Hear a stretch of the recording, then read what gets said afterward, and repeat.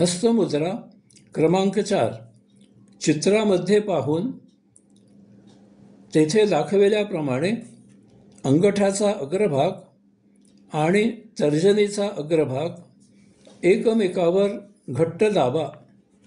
उरलेली 3 बोटे जितकी ताठ ठेवता येतील तितकी ताठ ठेवा. क्रिया दोन्ही हातांनी करायची आहे.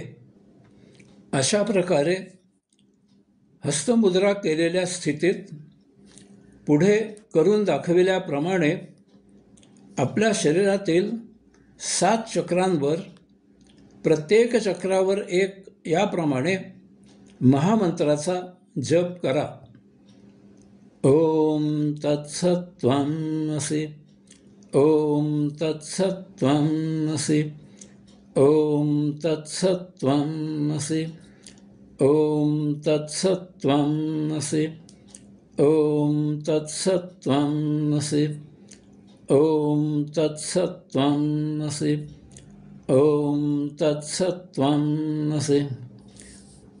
अशा प्रकारे जप करून झाल्यावर लगेचच पुढील मुद्रा करायला घ्या.